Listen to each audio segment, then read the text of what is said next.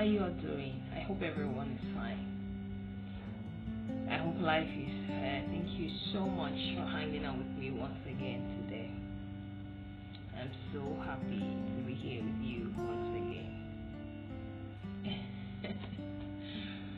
Today I just briefly want to touch on how I started my healing journey, because I've had a lot of people asking me, Ruby, is this you? Oh, welcome back. It's good that you're back to your original self, or better than how you used to be. Yes, once in a while we need to pat ourselves on the back and tell ourselves the truth about life. Like I always say, my healing journey was not an easy one. It wasn't an easy one at all. When I came out of my first marriage, I was completely broken and shattered. Like I was not myself. I needed to take some time, for myself, and as at that time I was really, really young. I had 3 children to care for. Not all of my family members were supportive of my decision to leave my ex as at that time. It was really, really demanding on my part, being a mother, a single mother, going through divorce, the shame, the pain, the disappointment, the vulnerability. I hated myself because I didn't plan my life to be, that way, of course.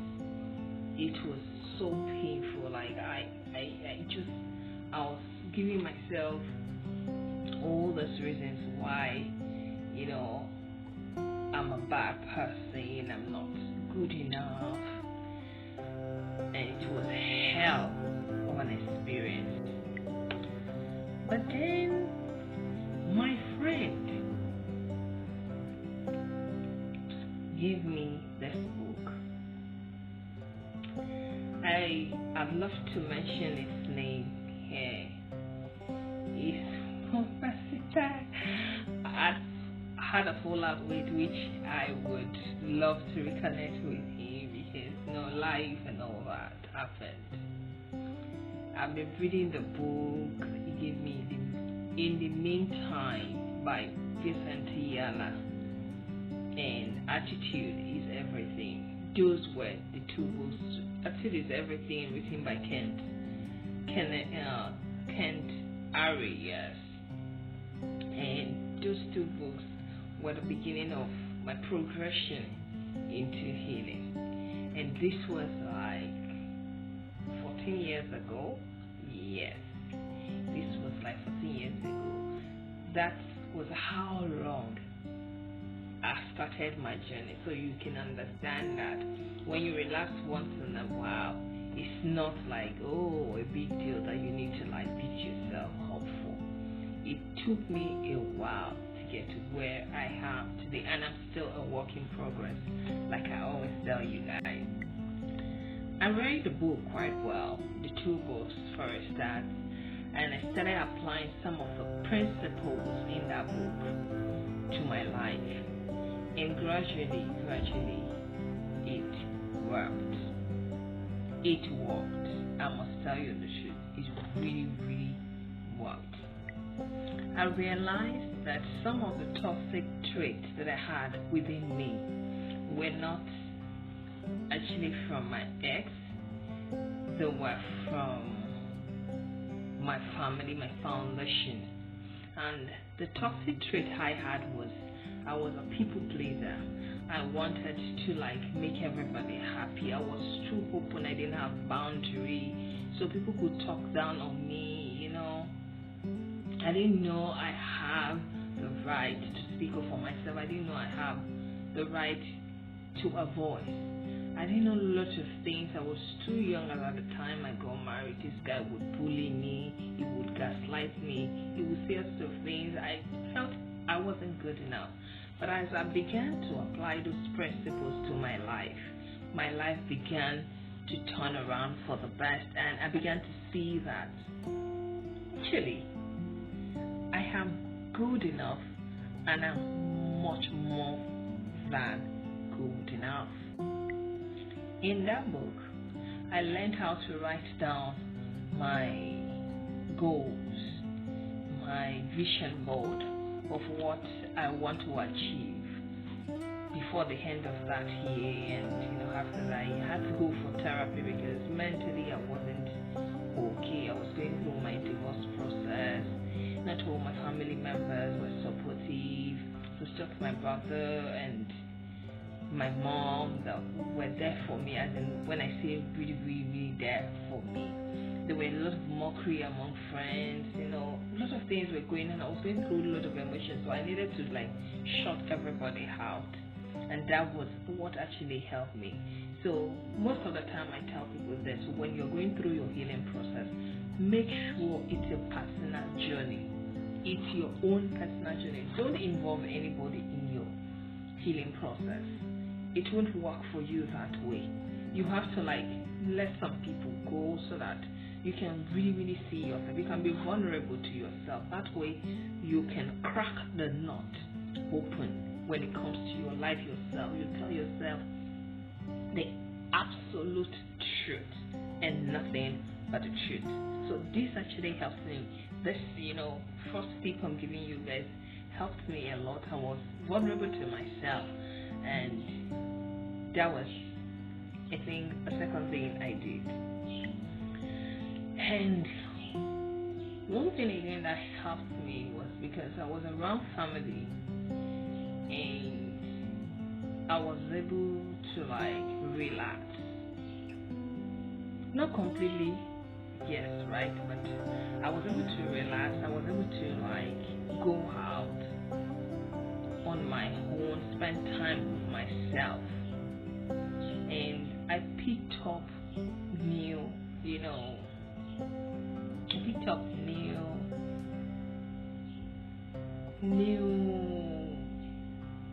hobbies.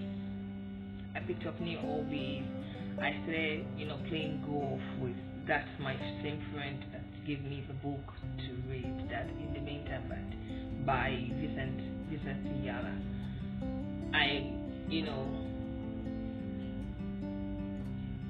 I started golfing. I started going to the library to read more, yes. And I started swimming. I started biking. I started doing most of the things that I would have loved to do before I got married as a teenager. And that actually opened up my heart, and I was alive once again.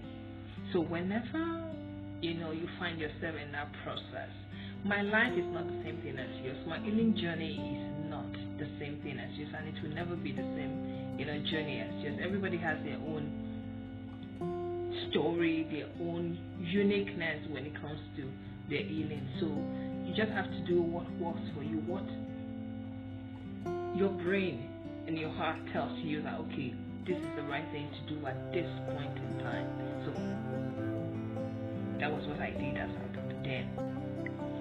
And as years passed by, yes, I started dating again. I started, going out, meeting friends. I started traveling. I started doing things I actually loved to do, and that actually really helped me. And all of my self-confidence that I lost in the past started coming back.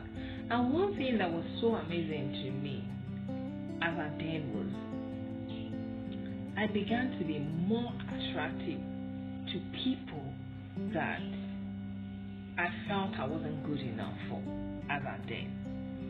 People that overlooked my interests and looked at me like I was a nobody as a then. In the past, I thought a guy wouldn't want a lady like me or a girl like me. So they're coming for me. And that was my own time to do shakara, Hallelujah, God. In all the things that I'm telling you happened in the space of, I think, about 2-3 years, then I met my second ex, and that is the story for another day. And because I was not completely healed as at then, I thought, okay, everything was okay and all that. I went back to almost where I was coming from, because he also was a narcissist. My first was a narcissist, and my second was a narcissist, because those are the traits I actually got from home. My father was a covert narcissist, so I didn't know all this. It was during my healing time, my healing period, that I started making researches on why I had some trait, why I do some things, why I act the way I acted, and I realized, okay, I was raised by a narcissistic father. The environment that which I grew up was not healthy enough, and it's so amazing that in all this there is a huge blessing, much more than loss for me, because I was able to break out of generational curses in my family, and that has been a blessing. So I'll just leave you here today. We'll continue next time, and we'll go through it, how you can simply heal without have to beat yourself or having to